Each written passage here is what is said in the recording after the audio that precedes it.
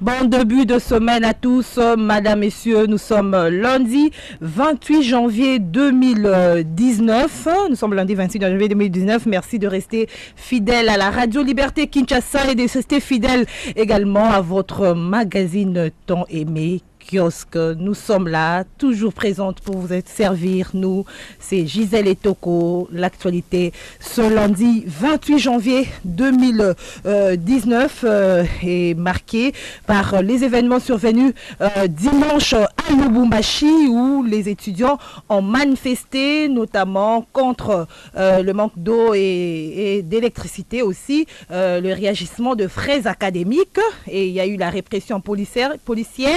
Les bilans fait état de 4 morts, dont 3 étudiants et un policier. L'actualité ce matin, c'est également la situation à Yumbi où 50 fosses communes ont été découvertes à Yumbi où il y a eu, un affrontement entre le Banounou et le Batende.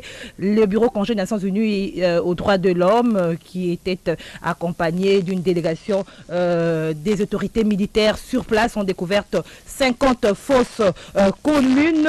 Nous parlerons également de la grève les transports ce matin difficiles, les travailleurs de Transco en grève. Et nous allons terminer. Le dernier sujet d'actualité, c'est donc à l'Assemblée nationale où il y a installation du bureau provisoire aujourd'hui à l'Assemblée nationale. Voilà, ce sont là les sujets à la une de ce magazine kiosque de ce lundi 28 janvier 2019. Grand merci au réalisateur de kiosque Doudou Montiri. Et à la technique, nous disons aussi merci à Stéphane Bandouzi. Nous avons 3 invités dans ce studio de la Radio Liberté Kinshasa. Nous avons Pascal Oonji, à qui je dis bonjour. Bonjour Gisèle, merci beaucoup pour l'invitation, bien que elle m'a été signifiée juste quand je prenais les escaliers.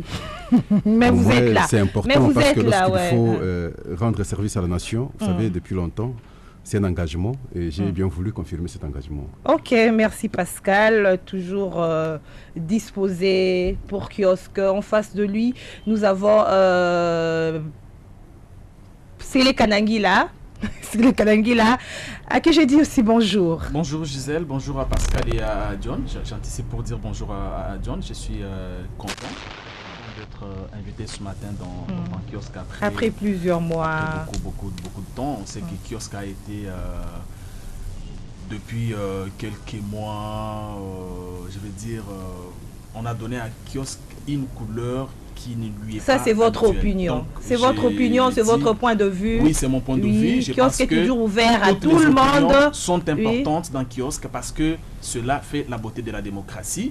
Si vous permettez, j'aimerais donner une information et compatir au malheur qui arrive au confrère Jean-Pierre Kayembe de RTGA qui a été agressé sérieusement la nuit à la foire internationale de Kinshasa. Ah bon? Ce téléphone volé, toutes ces pièces d'identité, ces cartes bancaires emportées par une certaine unité de la police qui habiterait la FIKIN. Kayembe promet de porter plainte contre inconnu ce matin. En tout cas, là où il est, je lui exprime ma compassion et je souhaite que justice lui soit rendue. Merci. Alors, merci, c'est des Kalangila. John Lungila, le moins habitué, de dire scellé. Non, mais je crois que je ne voulais pas faire un procès ici contre qui que ce soit. La déontologie nous interdit de nous adresser des critiques sur le plateau de télé. Je crois que je suis content pour l'invitation ce matin, bien même que je l'ai reçue. Moi, je l'ai reçue nuitamment pendant que j'ai dormi encore. Mais merci d'avoir pensé à moi et on est là pour analyser et commenter l'actualité. L'actualité du jour, nous lisons les titres de journaux parus ce lundi dans la capitale. Forum des As a titré Kyungu Wakumwanza pour présider le bureau provisoire. Ouverture ce lundi de la session extraordinaire de l'Assemblée nationale. Par ailleurs, les leaders du Grand Katanga assurent que Katumbi ne s'érigira ni en ennemi ni en obstacle de Félix Tshisekedi, écrit Forum des As. Et Lima News met à sa une les élections de 2018 entre cafouillage et tripatouillage, conflit ouvert salaires vont-elles régler la crise de légitimité en République démocratique du Congo, jaloux d'un souverainisme à géométrie variable? C'est le titre de Elima News qui écrit également à sa une. Face à la cohabitation FCC Cash, la Mouka rejette la main tendue de Fachi et s'assure une place de choix dans l'opposition républicaine. Congo Nouveau met à sa une la FDC A de Modeste Baeti, première force politique de la RDC, 109 élus, dont 41 députés nationaux et 68 députés provinciaux. Mesures conservatoires de la présidence, écrit Congo Nouveau, des mandateurs, ministres visés. Ce sont là les titres de journaux que nous avons reçus ce matin. Pascal Oundi, ce matin, c'était difficile d'arriver. Problème de transport, grève à Transco, les agents qui réclament des arrêts de salaire, mais curieusement, c'est le DG. Il y a eu le DG qui était démis de ses fonctions par le ministre, démis de ses fonctions, qui a été réhabilité par le ministre de Transport. C'est ça même là, ce qui condamne des agents qui sont aujourd'hui en grève. Les gens qui voulaient à ce que le DGA puisse être maintenu à la tête de Transco. Oui, problème de transport se pose. Nous avions suivi les agents aujourd'hui, montés au créneau, déplorant la mégestion. Ils ont cité exactement le directeur général. Je sais, c'est un problème qui date de longtemps. Monsieur Kirumba. Les accessoires pour les véhicules posent aujourd'hui problème chez Transco. Je ne sais pas comprendre si ça peut être expliqué par quoi, parce qu'à un certain moment, on nous a fait voir à travers la télé qu'on avait importé les conteneurs contenant les accessoires maintenant pour les véhicules, mais curieusement, jusqu'au jour d'aujourd'hui, ça pose problème. Le problème d'abord, c'est en termes de paiement des agents. Et ils se disent déjà aujourd'hui un mois d'impaiement, et ça veut dire en d'autres termes, ils sont souvent payés régulièrement. Du fait simplement des mois, lorsqu'il y a grève, ça veut dire par le passé, ils étaient correctement payés. Mais il y a un problème. Les véhicules tombent facilement en panne. Simplement parce que les haltères sont totalement aussi détériorés et délabrés à travers la ville province de Kinshasa. Je vous disais toujours par le passé ici que parmi les secteurs où le régime Kabila avait échoué lamentablement et totalement, c'est la réhabilitation des haltères. D'abord, je suis ici dans la ville de Kinshasa, où pendant 21 ans pratiquement, parce que là, j'englobe même le temps du pouvoir de son père, où on n'a pas été à mesure de réhabiliter les haltères. On n'a pratiquement rien créé. Je vous citais les communes, j'entrais dans les communes. Vous vous rendrez compte que dans les communes, toutes les avenues sont délabrées. Parfois, le passage pose problème. Quand je me retrouve ici, je prends la commune de Kinshasa, la commune de Barumbu. Vous quittez les autres communes pour entrer en ville, alors je vois le grand marché. Et à son temps, on prenait Bokassa ou Kassai. Et aujourd'hui, et Kassai et Bokassa délabrés. Et qu'est-ce que ces véhicules font? Toutes les routes. Ils empruntent maintenant des petites routes encore totalement délabrées. Et là, avec beaucoup de difficultés, ils forcent le passage. Le fait de forcer de temps en temps le passage, 2, 3, 4 mois après, c'est le véhicule qui tombe en panne. Alors, et voilà le cas aujourd'hui. Venons au nœud du problème de la grève des agents de Transco. Ils réclament des arrêts de salaire. Il y a aussi le problème de la réhabilitation du DG. Le DG qui a été désavoué par les agents, qui a été par le personnel, qui a été réhabilité par le ministre de Transport. Et aujourd'hui, voilà là où on arrive. Et comment est-ce que vous expliquez cela? J'étais en train d'expliquer parce que moi je ne vois pas. Et le ministre les réhabilite. Est-ce que le ministre de Transport il travaille pour l'intérêt du personnel ou pour ses propres intérêts? Évitons les sentiments. Simplement parce que non, il n'y a pas de sentiments. Nous sommes en train de voir, d'analyser le problème même de cette grève. Je vous explique que je suis dans l'analyse. Oui. Les agents disent que nous avons fait un mois d'impayement. C'est pas plusieurs mois. Non, c'est comme ça. C'est plusieurs mois. Non. C'est plusieurs mois d'impayement. Parce que le problème ne commence pas aujourd'hui. C'est plusieurs mois d'impayement. Suivez correctement les points de vue. Ils ont fait déjà un mois sans être payés. Ils sont maintenant dans le 2e mois d'impayement. Il y a un problème de mégestion aussi. Ils avaient désavoué leur DG Kirumba, qui a été réhabilité par le ministre. Je suis d'abord au niveau du paiement des agents, parce que le nez, c'est celui-là. Lorsque les gens disent qu'à peine un mois, peut-être 2 mois d'impayement, le non-dit voudrait dire quoi en d'autres termes? C'est que ils ont toujours été bien payés par le passé. Sinon, ils crèveraient de peur. Mais c'est comme ça que ça veut dire en d'autres termes. Au moins que vous me disiez qu'ils ont accumulé plusieurs mois d'impayement et à ce moment-là, on peut analyser dans le même contexte que vous. Mais à ma connaissance, je sais qu'ils ont fait un mois, deuxième mois d'impayement aujourd'hui et ça pose problème. En tout cas, c'est plus d'un mois parce que nous avons eu à traiter ces dossiers des Transco ici. Il y a un problème, c'était par rapport à la réhabilitation du ministre. Je reviens à vous, c'est les Kanangila. C'est le dossier de Transco. La grande question qu'on se pose, les agents, le personnel qui avaient désavoué le DG, les agents aujourd'hui ont vu leur DG, parce que quand le DG avait fait l'intérim, c'était l'intérim, il a fait l'intérim, il a quand même été salué, sa gestion a été approuvée par le personnel. Et comment on explique? On se demande aujourd'hui, est-ce que le ministre de Transport, est-ce qu'il travaille pour l'intérêt de personnel ou pour ses propres intérêts? Parce qu'un DG qu'on a désavoué et lui il est réhabilite au détriment du personnel. Et aujourd'hui vous voyez, c'est que tout ce qui emmène grève de Transco, c'était difficile de sortir ce matin, c'est la population qui en souffre, c'est les Kanangila. Vous savez, Gisèle, votre question trouve la réponse dans la question elle-même. C'est-à-dire que vous posez la question à laquelle vous répondez avec votre propre question. C'est tellement clair. Regardez, tellement clair. Ici, il y a un problème. Est-ce qu'il y a crise à la société Transco ou pas? La réponse est claire, il y a crise. Mais j'aimerais aussi contredire Pascal quand il dit que c'est un mois. Non, c'est pas un mois. Les dossiers Transco, nous l'avons traité, ça fait 2 mois et ces agents réclamaient toujours les paiements de leur salaire. Dire que c'est un mois, moi ça me tourne. Supposons même que ça soit un mois. Est-ce que pour un mois d'arriéré de salaire, les agents peuvent décider d'aller en grève? S'ils ont alors décidé d'aller en grève seulement parce qu'ils ont fait un mois sans avoir été payés, c'est qu'il y a cette crise.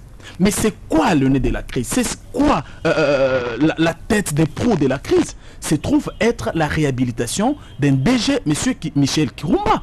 Kirumba, depuis qu'il est à la tête de cette société, il a d'abord voulu tribaliser la société. Ça, c'est le premier élément. Le deuxième élément, le même Kirumba a déjà plusieurs fois licencié massivement les agents Transco. Moi qui vous parle, Kirumba m'a même menacé par téléphone. Il a eu à effectuer un licenciement massif. J'ai traité cette information. À l'époque, je travaillais pour RTGA. Il m'a appelé, me menaçant au téléphone. Et donc, prendre quelqu'un qui est la base de la crise et les réhabiliter signifie alimenter la crise. Et la question qui s'en pose, pourquoi José Makila a-t-il alors décidé de réhabiliter un monsieur qui semble être, je vais dire, la base de la crise? Ça, c'est la question. Et la réponse est claire, c'est pour ses intérêts personnels.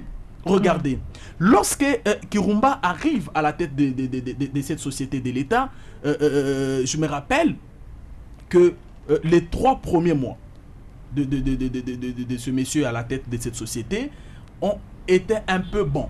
Je dis un peu bons parce que à l'époque, Kirumba n'avait pas encore décidé je vais dire, de faire engager dans la société que les gens de sa province. Et ça, c'est la pratique, c'est l'habitude, c'est les comportements que nous, en tant que journalistes, nous devons combattre. Alors, pour lui, dans sa tête, c'est que pour travailler dans cette société, il faut avoir je vais dire, ses origines, où il faut être quelqu'un qui lui maîtrise parfaitement bien. Tout part de là.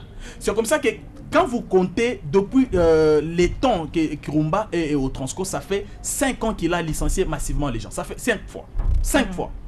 Donc 5 vagues du personnel licencié massivement. Ça, c'est le premier élément. Le deuxième élément, qu'est-ce qui avait motivé la décision de suspendre Kirumba? Ça, c'est aussi une question à laquelle on doit répondre. C'est la mégestion, c'est le tribalisme, n'est-ce pas? C'est le trafic d'influence aussi, parce que Kirumba, c'est quelqu'un qui s'est bombé la poitrine pour dire aux agents, écoutez, vous ne me ferez rien, je suis en contact avec tel, je suis en parfaite relation avec le ministre. Le ministre n'a même pas tiré les conséquences de la dernière grève. Le même ministre aujourd'hui, n'est-ce pas? Pour qui Kirumbaï a trafiqué, pour qui Kirumbaï a fait les trafics d'influence, prend la décision, je vais même dire le risque de les réhabiliter. Il y a de quoi alors dire qu'entre ministre et Kirumba, il y a un jeu d'intérêts, il y a des intérêts que l'un est en train de protéger et vice-versa. Et ça, malheureusement, c'est la pauvre population qui en pâtit. Ce matin, tous les arrêts sont pleins Moi, je pense les gens ont marché à pied. Les gens ont marché à pied. Je pense qu'on doit tirer les conséquences. C'est la population qui souffre. On tire les conséquences aujourd'hui dans ce qui arrive à Lubumbashi et pour les ministres et pour comment on dit, le major qui a ordonné qu'on tire. Autant on doit tirer aussi, je vais dire, tirer les conclusions et pour le ministre et pour le DG qui a été réhabilité. Et merci, qui est à la base c'est John Lungi, la même situation qui s'est produite à Transco, c'est également produit à Ogefrem où le ministre s'est vu aussi réhabiliter un DG qui a été désavoué par les agents. Pourquoi de telles situations se répètent?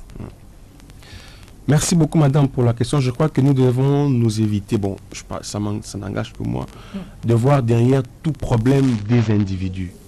Parce que Transco est une entreprise de l'État et il y a des problèmes au Transco et le nom de ce problème n'a pas un nom ou ne porte pas le nom d'une personne.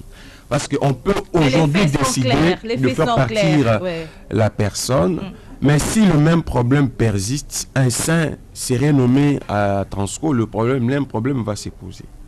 Alors il faut essayer de voir, loin de toute subjectivité, le problème réel dans cette société. Moi, j'ai lu les revendications des travailleurs. En tout cas, sauf erreur de ma part, il parle d'1 mois de retard. 1 mois de retard. Au-delà de l'impayement des mois, je n'ai pas vu d'autres revendications. Et donc, je suis tenté de dire, c'est vrai, il y a une différence. Il faut faire la nuance. Il faut faire la nuance.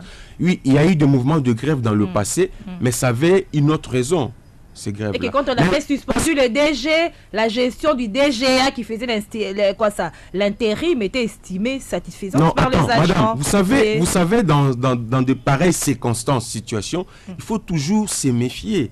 Parce que qui ne vous dit pas que le DGA voulait bien aussi que ça soit lui? Mais il a quand même bien travaillé. Il y a aussi une main noire derrière cette revendication. Qui ne vous dit pas? Donc, gardons un peu de distance quand nous faisons des analyses. Mais le problème, c'est de chercher à voir la main noire ou de chercher à voir que les agents sont satisfaits. Il y a une nuance c'est ça le problème. Il y a une nuance qu'il faut faire entre bien payer les agents et payer régulièrement les agents. J'ai suivi Pascal dire bien payé. Bon, si on peut parler en termes de bien payé, peut-être le salaire est décent, ça permet aux travailleurs de tenir le début de mois.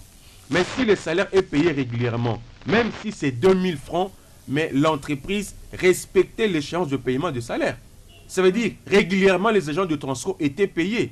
Seulement, ça fait 1 mois qu'ils n'ont pas pu accéder à leurs droits salariales.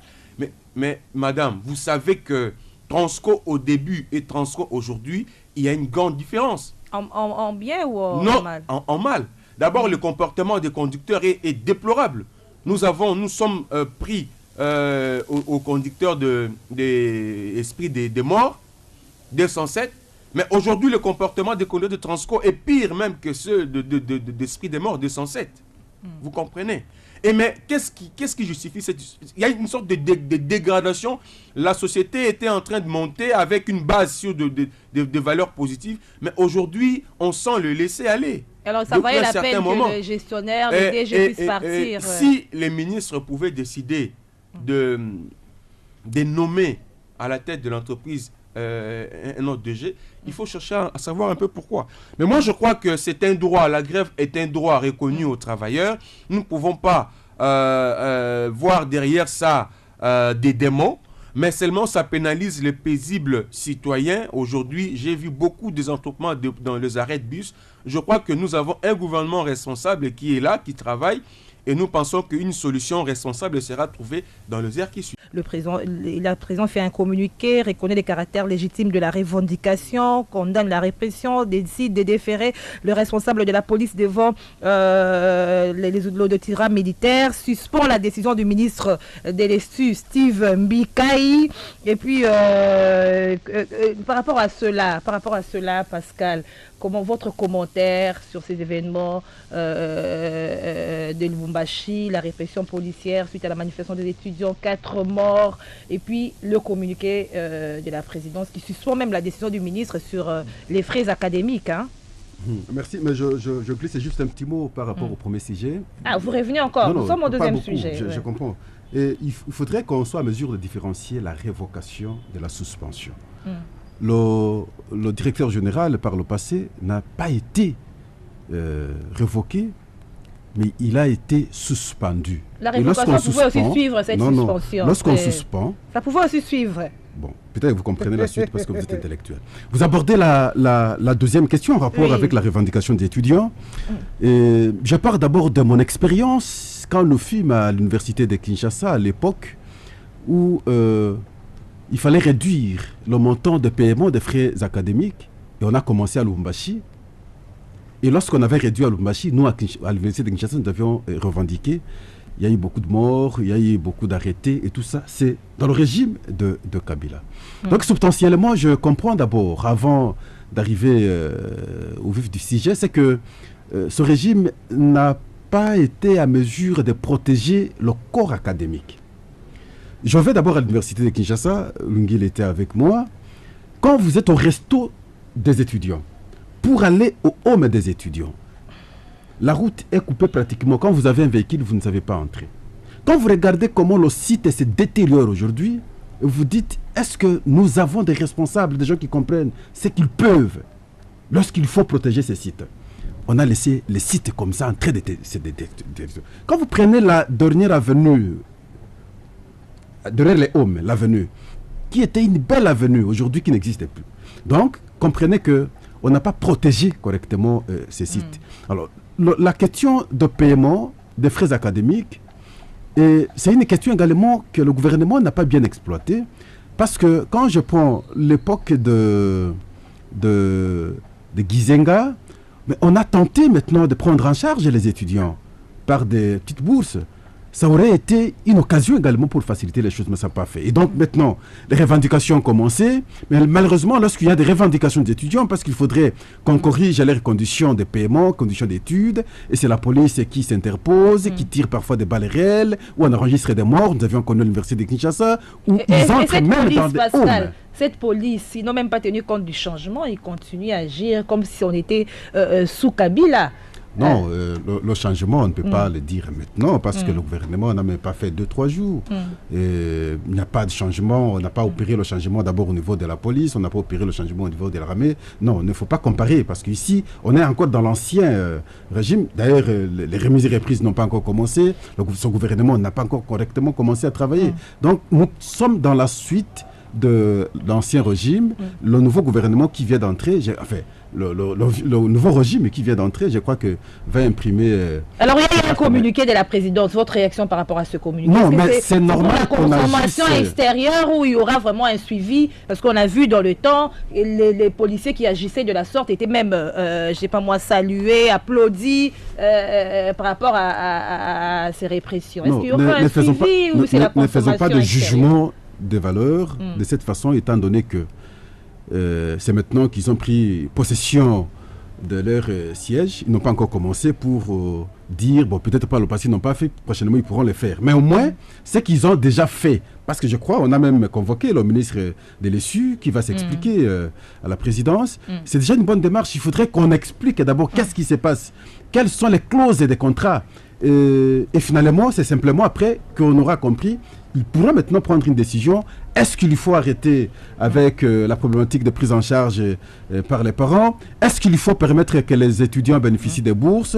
Est-ce que le taux de paiement doit être gardé tel qu'il est payé aujourd'hui? Et c'est tout ça, c'est après échange que j'imagine une décision définitive sera prise. Mais le souhait, c'est que cette décision, en tout cas, imprime une distinction par rapport au temps que les étudiants ont vécu avec le régime Kabila. Oui, il faut qu'il y ait un suivi, que ce ne soit pas une consommation extérieure. Ok, Sélé Kanangui, là, le ministre de l'ESU, sa décision a été suspendue. Il sera entendu. C'est un désaveu pour lui. Steve Mbikaï. Bon, si vous permettez, j'aimerais dire 2 ou 3 choses par rapport au premier sujet. Nous sommes déjà au deuxième sujet. On a aussi un problème de temps. Mais vous savez qu'il y a des choses qui ne peuvent pas rester, sinon ça...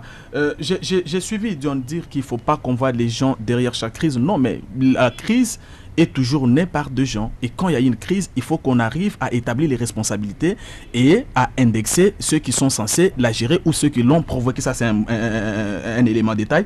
Un deuxième élément, il décrit les mauvais comportements de chauffeurs Transco. Mais en ce moment-là, il est en train aussi de condamner le même DG parce que c'est lui qui assure la politique de gestion des Transco.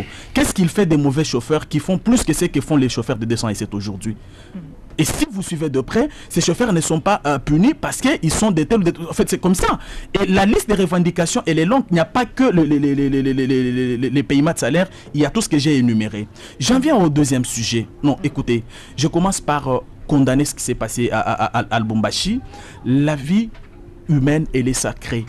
Notre constitution demande à l'État congolais de protéger la vie humaine, de la respecter. Tuer 3 étudiants dans ces conditions-là, c'est un acte à condamner. Et je suis très très content que la réaction de la présidence plutôt soit aussi rapide. Je crois que les sanctions suivront. J'ai réalisé dans les chefs de... Ça va pas de consommation extérieure. Non, s'il vous plaît. Je vais répondre. Je vous ai suivi dans vos questions de relance à Pascal, vouloir accuser Kabila. Je vais y revenir, mais laissez-moi quand même avancer.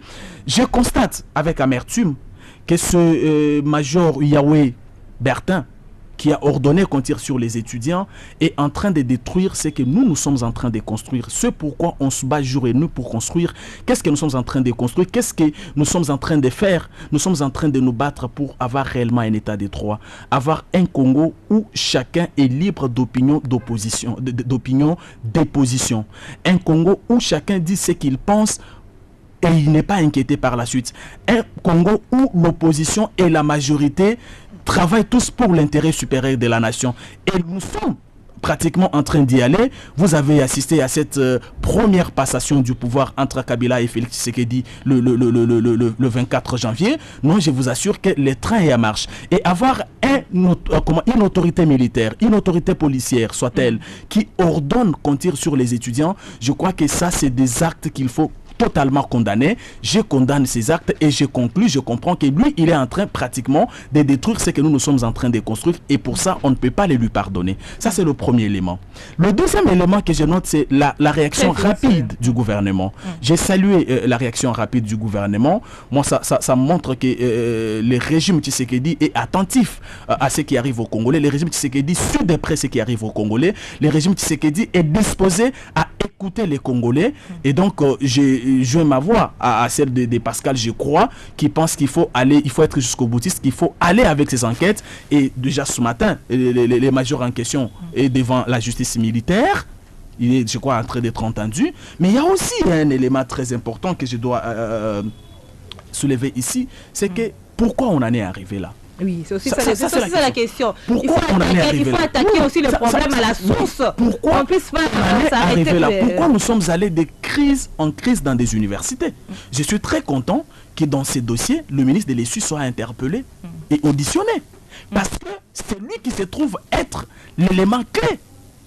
Pour ne pas dire déclencheur. Là aussi, il y a ne pas dire élément déclencheur de cette crise. Regardez. Steve Vikayi signe une décision 018. C'est des décisions que les ministres de l'ESU signent au début de chaque année pour réglementer, n'est-ce pas, la vie, la vie académique tout au long de cette année-là. Et dans celle-ci, il demande au chef d'établissement de réunir les partenaires, la coordination, les corps professionnels et tout ça, afin de décider du montant à payer conformément, en fait, ce montant qui devrait tenir compte des réalités de chaque université. Les universités se réunissent, ils se décident sur base de cette instruction du ministre. Écoutez, il y a... Je suis en 2017-2018. Il y a trouble à l'ISTA pendant que lui est en mission de service. Le chef de l'État, Joseph Kabila, réunit le conseil des ministres pour dire qu'on suspende cette décision-là. N'est-ce pas? De réajuster les taux, de calculer autodéfaut. Quand le ministre Mbikayi rentre, il dit non. Pas ce qui vous a été dit, vous tenez-vous à ce que vous aviez décidé. Je me rappelle, à l'époque, j'étais moi-même président des étudiants. On a même été accusé en tant que président des étudiants d'avoir été corrompu parce que pour eux, le président a décidé Alors qu'après l'action du président, quand le ministre est arrivé, il nous a dit non, vous devez vous tenir à ce que vous avez décidé et les étudiants doivent payer comme ça. Voilà l'élément déclencheur de la interpellés, qu'ils soient auditionnés. Moi, je crois que c'est dans ses responsabilités. Je peux même aller loin pour dire que c'est lui le premier responsable de cette crise. Le premier responsable, Steve Mikaï. Moi, c'est lui. Vous êtes d'accord avec le premier responsable, Steve Mikaï, le DCN2AV pour les ministres qui doit être entendu, qu'on a suspendu la décision? Bon, je lui laisse la responsabilité de ce propos.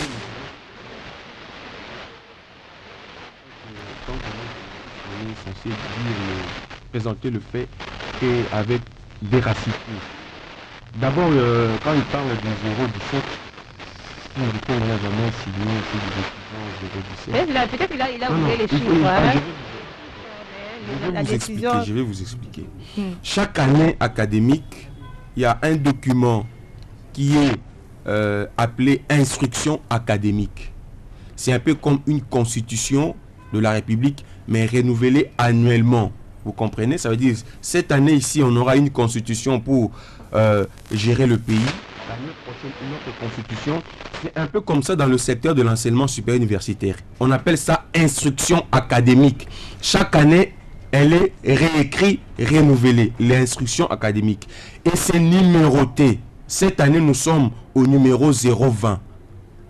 Faites l'année passée. Non, cette année académique. C'est l'instruction numéro 020 qui va définir la ligne de conduite à suivre par les établissements de l'ESU. Dedans, il y a les fixations de frais académiques, le montant des syllabus, ainsi de suite. Pour guider les comportements des chefs d'établissement, des étudiants et consorts. L'année passée, c'était l'instruction 019. Oui. L'année c'était 018. Donc, quand il dit 017, là, il nous amène pratiquement vers les années où Mikaï n'était même pas encore nommé ministre. Parce qu'il n'a fait que 2 ans, pas plus. 2 ans, plus ou moins, depuis qu'il est nommé ministre. Donc, il a signé l'instruction 019, 020. Des problèmes. Ça, c'est la deuxième chose. C'était la première précision, parce que c'était une confusion qui voulait s'aimer dans la tête de ceux qui nous suivent. La deuxième des choses, il faut savoir, madame, que le secteur le plus problématique de tous les autres. Il y a des problèmes tous les jours.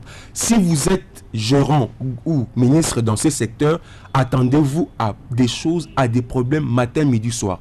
Vous allez chercher à résoudre le problème des étudiants, vous créez un conflit avec les professeurs. Vous réglez le problème des professeurs, vous créez un conflit avec des étudiants. C'est ainsi de suite, vice-versa. Et c'est ça la vie. Quand on est gestionnaire de ces secteurs. Mais il y a quand même des problèmes tous les jours. Il faut faire un effort pour ramener les uns et les autres autour de ce qui peut apparaître comme un terrain d'attente.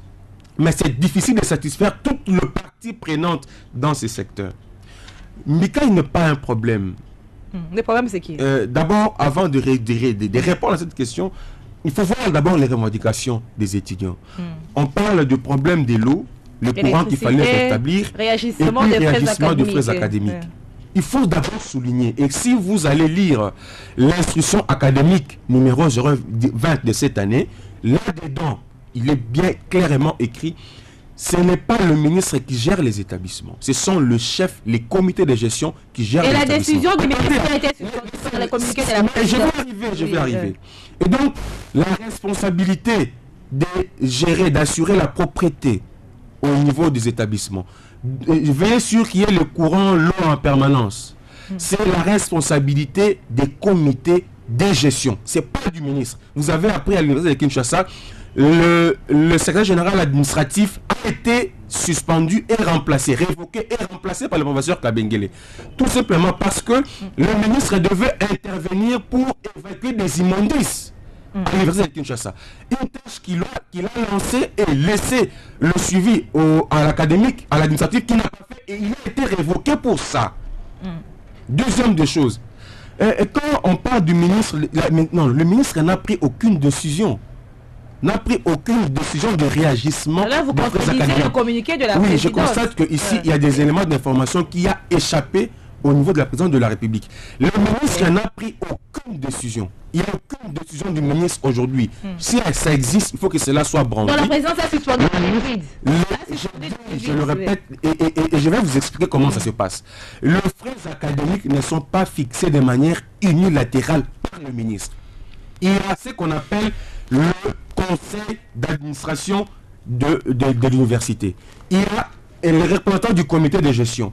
Il y a les représentations des COPA. COPA, c'est le comité de partenaires. Et là, il y a le comité de parents et consorts. Pour se mettre d'accord sur le montant du frais académique à fixer. Mais quand vous vous mettez d'accord, généralement, il y a des discussions et il y a des divisions entre toutes les parties. Le comité de gestion souvent a tendance à présenter ses difficultés au comité de parents et les restes. Le comité de parents a tendance souvent à faire aussi les limites de parents. Et c'est très important ce que je dis. C'est très important ce que je dis. Le frais académique n'est pas fixé par les ministres, c'est même unilatéral, mais c'est au niveau des universités, il y a une réunion entre, comme je l'ai dit, les conseils d'administration, les représentants du comité de gestion, les représentants du comité de parents, ils se mettent ensemble pour lever l'option et le ministre vient seulement voir si cela obéit à la logique. Mais ce n'est pas lui. Et je répète que ce n'est pas les ministres qui fixent les frais académiques. Ce qui s'est passé l'année passée, c'était une incompréhension autour du paiement de frais, si ça devait être payé en francs congolais ou en dollars. D'autres ont payé en francs, d'autres ont payé en dollars. Et ceux qui avaient payé bien avant en dollars, quand il y a eu une décision de paiement en francs congolais, ça créait un conflit à l'instant. Merci, John Lumika. Uniformiser. Nous avons retenu que moi, je suis content. La décision de la présidence, c'est dans les vies. Convoqué pour la décision, c'est dans les vies. Ça, ce n'est pas ce que merci, je dis. John. Je suis content que le ministre soit convoqué et écouté. Et pour qu'il puisse vraiment éclairer, mettre à la disposition de la présidence des éléments. S'il vous plaît. Comment les choses... un autre sujet, nous passons à un autre sujet. Juste une minute. Le premier élément ici, c'est que quand John parle, il s'attaque à la forme, il ne s'attaque pas au fond. Le problème, ce n'est pas des 0,18 ou des 0,19. Le problème, c'est qu'est-ce qui a été écrit dans cette instruction académique. Est-ce que là-dedans, les ministres demandent aux gens de réajuster, et même les conseils dont ils parlent, oui, il y a conseil, mais lorsque vous venez dans ce conseil, vous avez l'instruction du ministre sur la table. Et tout ce que vous discutez au cours de ce conseil doit être conforme à l'instruction du ministre. Et dans cette instruction, peut-être qu'il n'a pas lu, le ministre demande que les taux soient fixés en dollars et payés en francs congolais fixés en dollars au taux du jour. J'ai lu l'instruction, j'ai été président des étudiants à l'IFASIC, j'ai assisté à ces conseils dont il parle, j'ai assez d'éléments pour lui prouver le contraire. Ça, c'est le premier élément. Donc, le conseil peut se tenir, mais vous avez l'instruction du ministre. Là, on vous dit fixer les francs, les frais en dollars, il faut les faire payer en francs congolais. Donc, j'ai dit bien, et quand Kabila a dit suspendre cette décision, que les gens reviennent au taux de l'année antérieure, le ministre qui était en voyage revient ici, il dit, écoutez, ne vous tenez pas à ce que le chef de l'État a dit, vous revenez à ce que vous avez signé dans vos conseils respectifs. Ça, c'est un élément détail. Et puis, il dit un truc, que les secteurs de l'issue est compliqué. Bon, mais il n'est pas... Il y a quand même des gens qui ont bien géré. Non, ça c'est bas. Je ne pense pas que John peut faire une déclaration comme ça. Quand on est incapable, on démissionne. Parce que il n'est pas le seul ministre de l'ESU. Il a remplacé à ce ministère Théophile, qui a bien géré. Sous Théophile, on n'a pas assisté à ce genre de crise. Alors quand on est incapable, on fait quoi? On en tire les conséquences. Et les conséquences, vous savez que même les étudiants de l'UNIKIN ont réclamé qu'ils partent de ce ministère lors de leurs revendications. Pourquoi ils s'y accrochent alors que c'est difficile? Ils doivent tirer les conséquences et partir. La décision, le communiqué de la présidence, nous avons senti que le président de la présidence a reconnu le caractère légitime de la manifestation des étudiants, de la revendication des étudiants. On sort qu'on montre les couleurs de la bonne gouvernance, de la gouvernance en matière de droits de l'homme, de la gestion des manifestations publiques. Alors la grande question qu'on se pose, ça c'est le troisième sujet, par rapport à la manifestation de la coalition Lamuka prévue ce 2 février 2019 à la place Sainte-Thérèse à Njili. Est-ce que la présidence a géré à travers un communiqué ce qui s'est passé à Lubumbashi, qui a reconnu le caractère légitime de la revendication des étudiants? Est-ce que ça sera de même avec la manifestation du meeting de la coalition Lamuka qui se tient ce 2 février 2019 à la place Sainte-Thérèse à Njili, Pascal Oronji? Est-ce qu'il n'y aura pas répression comme c'était le cas lors de la dernière manifestation qui devait se tenir au siège du MLC avec le candidat de la coalition Lamuka? Est-ce que la présidence va aussi gérer de la même manière cette manifestation? Merci, mais je serai encore obligé de rebondir un peu. Oh là là, nous avons un problème de temps. Parce que vous savez, Steve Mikaï, c'est l'un de mes collaborateurs. Et lorsqu'il fallait réfléchir à son temps avant qu'il ne devienne ministre, on échangeait beaucoup avec lui. Mais dans la gestion, je ne le vois pas du tout. Et même si le comité de gestion des universités ne sont pas à mesure de faire le travail normalement, je vois ici la réhabilitation, par exemple, du site. Vous n'allez pas me dire que le ministre ne peut pas intervenir pour poser le problème maintenant au gouvernement pour qu'on intervienne. Parce qu'il s'agit des établissements de l'État. De son point de vue, je ne sais pas entrer en profondeur, mais simplement, j'aurais voulu qu'il imprime la différence, mais finalement, je me rends compte que il n'a pas bien fait le travail. Je reviens sur la question de la rencontre de la Lamuka. Vous voulez comparer par rapport à l'interdiction la fois passée au siège interfédéral du Mouvement de libération du Congo? Non, parce qu'à l'époque... On a géré ce qui s'est passé à Lubumbashi. À l'époque, Félix Tshisekedi n'était pas encore installé. Et c'est comme ça qu'on est intervenu conformément aux anciennes méthodes. J'imagine, j'espère, je veux bien qu'on laisse la Lamuka organiser ses activités. Et parce que sinon, l'UDPS sera dans la contradiction de son combat. Et c'est là où je m'insurge contre ceux qui veulent opposer ces deux camps politiques. Ce n'est pas toujours très bien. Lorsqu'ils se retrouvent à Genève, d'autres les avaient appelés les 7 patrons des langues à Langa Star. Mais l'aide des patrons des langues à Langa Star est au pouvoir. Mais laissez alors les langues à Langa Star à trouver solution à leur niveau. Mais vous n'allez pas. C'est là où j'interpelle les autres. C'est vrai. Mais à ce stade des temps, qu'est-ce qu'il faut? Il faut laisser les autres. S'il faut marcher, qu'ils marchent. Ils marchent pourquoi? Parce qu'ils veulent la vérité des urnes. En démocratie, c'est normal, c'est leur point de vue. Il faut les laisser aller jusqu'au bout de leur manifestation. Et donc, on ne supportera pas. Voir aujourd'hui, c'est que l'UDPS n'aimait pas hier qu'on les fasse au nom de l'état des droits. Voir demain ou après-demain, l'UDPS envoyer la police, par exemple, disperser une rencontre de l'opposition, et simplement parce qu'on aurait voulu parler des choses peut-être contre l'UDPS. Et là, nous n'allons pas accepter. Parce que moi, Pascal, qui vous parle, j'ai été parmi les premières personnes à son temps lorsqu'on avait incendié le siège de l'UDPS. Je suis arrivé au même moment avec la MONUSCO. Le matin, et on était avec Félix d'ailleurs. Et je vois comment les gens ont pleuré. Je vois comment même lorsqu'on avait sorti les corps. Donc, j'imagine aujourd'hui qu'ils doivent garder, n'est-ce pas, cet élan du combat pour la beauté de la démocratie, laisser les autres, en tout cas, continuer les revendications. Mais simplement, il y a un problème maintenant du côté Félix. Si il ne fait pas tout pour trouver rapidement solution avec ses pairs, ça veut dire les autres partis politiques de l'opposition, il aura du mal à fonctionner. Pourquoi?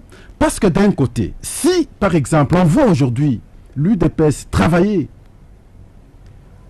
avec l'ancien régime ou les membres de l'ancien régime, la réaction de la population sera rapide.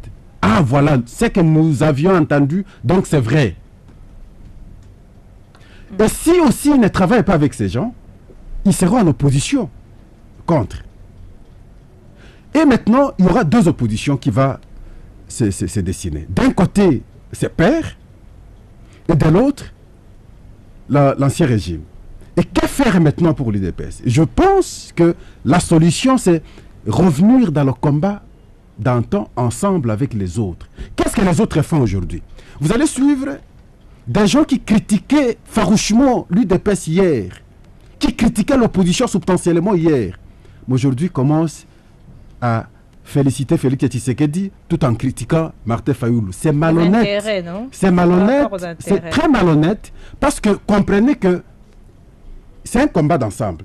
Simplement, à la dernière minute, un peu de mésentente a fait lorsqu'il fallait aller aux élections qu'il y a eu 2 fronts. Mais ce n'est pas pour autant que parce qu'il y a 2 fronts, vous qui n'êtes pas de la famille et vous voulez maintenant vous ingérer pour les séparer davantage. Non. Mais vous les aviez beaucoup critiqués. Vous les aviez beaucoup gazés. Vous les aviez beaucoup tués. Vous les aviez beaucoup arrêtés. Quel est le problème aujourd'hui? Votre problème, c'est à quel niveau vous puissiez intervenir. Suivez la RTNC, suivez Télé 50. On ne sait qu'à censer. On ne sait qu'à censer Félix Tshisekedi. Mais vous l'aviez considéré hier comme collabo des impérialistes. Ce sont des concepts qui étaient employés hier. Vous les aviez considérés comme les 7 patrons de Langa Star. Mais votre problème maintenant, c'est à quel niveau? Et maintenant, ce sont eux-là qui ne veulent pas que les 2 camps trouvent solution, alors qu'ils peuvent trouver solution. Même si la Mouka allait totalement à l'opposition. Mais ça peut être une opposition constructive. Mais simplement parce que la Mouka estime que c'est moi qui ai été élu. Alors les autres s'ingèrent pour les diviser. Et je dis à cette rencontre-là qu'on n'entende pas les autres, qu'ils comprennent qu'il s'agit du combat qu'ils ont mené depuis longtemps, qu'on continue pour asseoir correctement la démocratie. Et qu'on merci Pascal. C'est quand même la réaction de l'UDPS, de Cash, par rapport à l'annonce de meeting de la Mouka. Nous avons suivi Augustin Kabouya. Augustin Kabouya, on sent que l'UDPS voit déjà d'un mauvais œil c'est ce meeting de la Mouka. Je ne sais pas si vous avez également suivi Augustin Kabouya, qui dit qu'il n'y a aucune composante du Congo qui a la même expérience que l'UDPS dans l'organisation des manifestations. Ils n'ont pas peur de la Mouka, ils sont mécontents que jusqu'aujourd'hui on continue à nier leur victoire. Voilà cette réaction un peu de Vous savez, Cash. Gisèle Pascal Mellet sur ma soif, quand il dit qu'on les oppose, qui oppose qui à qui?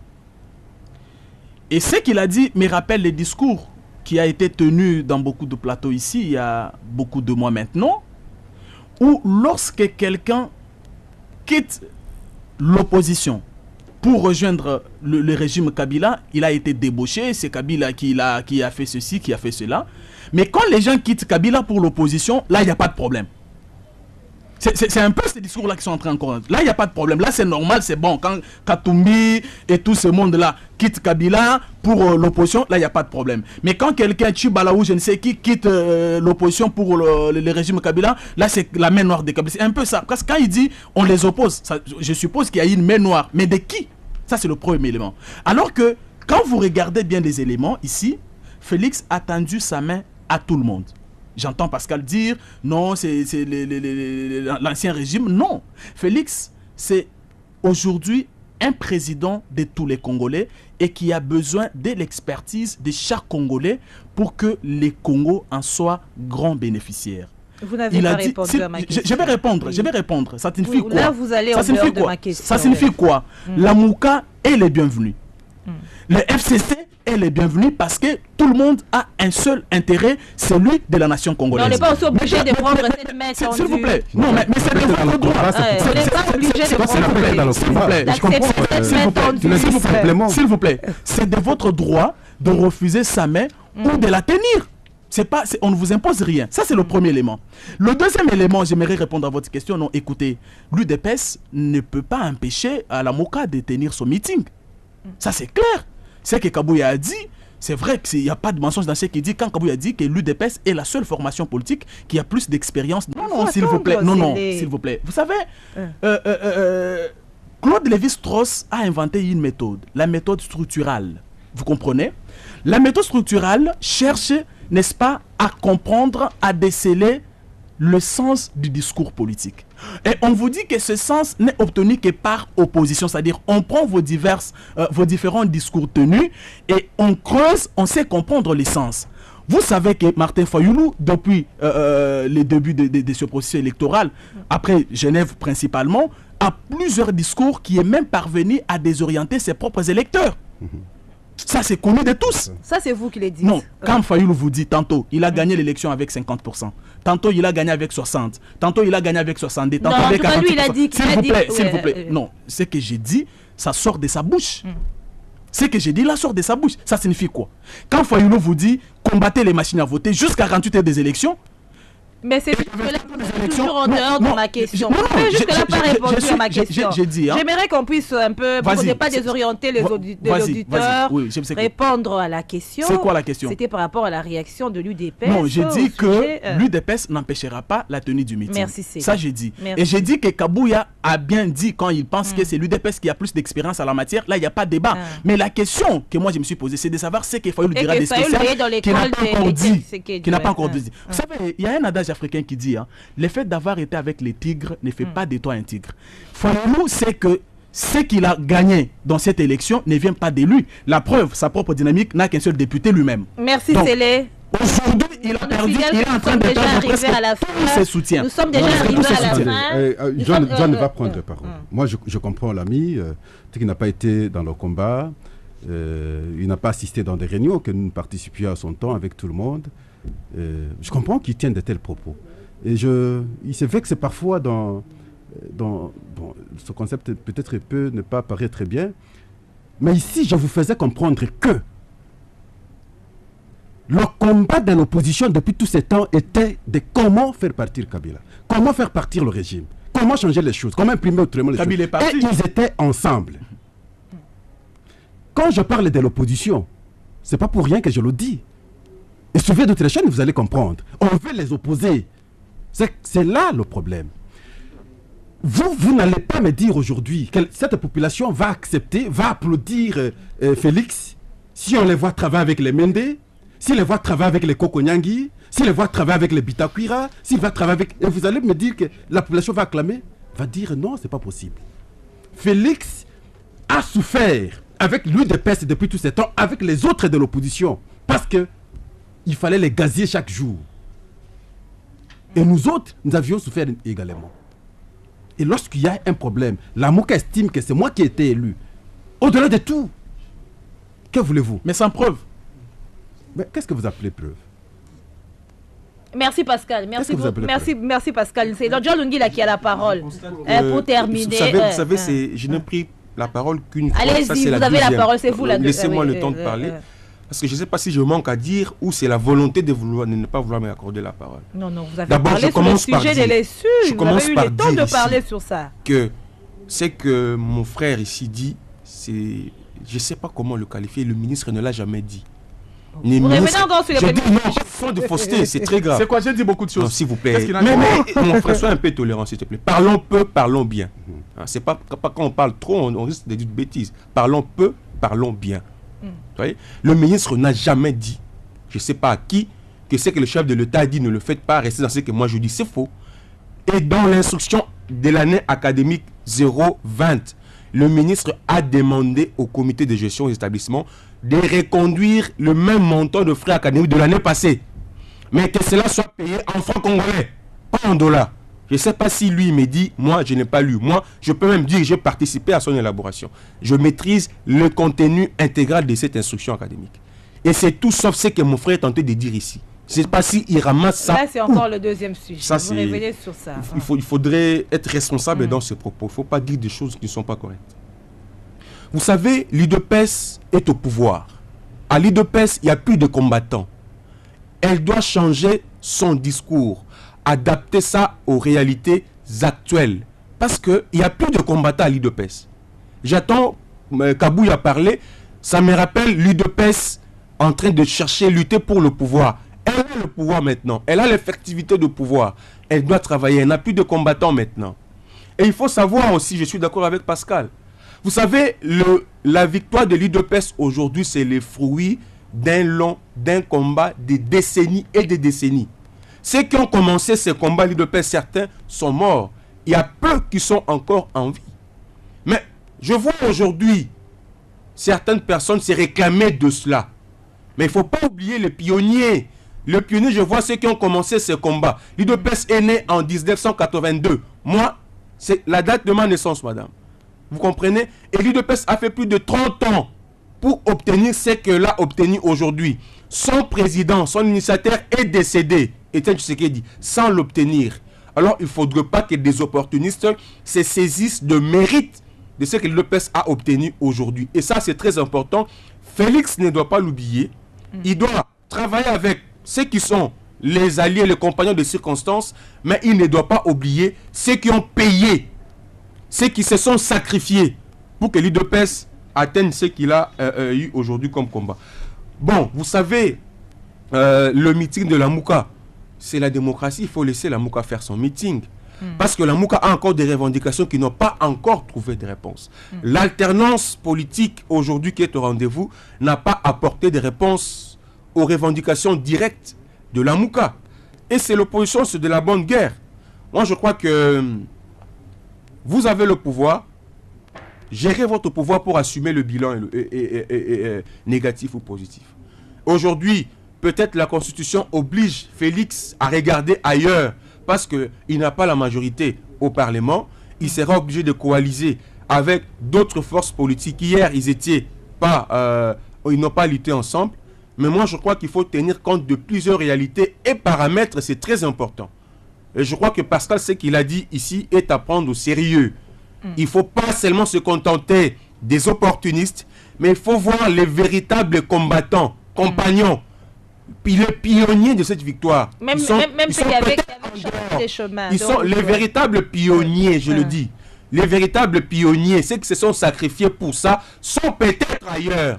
Et Félix doit faire très attention, surtout sur ce point-là. Merci, le message est passé et c'est la fin de ce magazine kiosque. Merci à John Lungila, Cédé Kanangila, Pascal Oonje, Doudou Montiri à la réalisation et Urbain Kanyama du côté de la technique. Nous nous retrouvons, moi personnellement, mercredi. Demain, vous serez avec Michel Koyapa.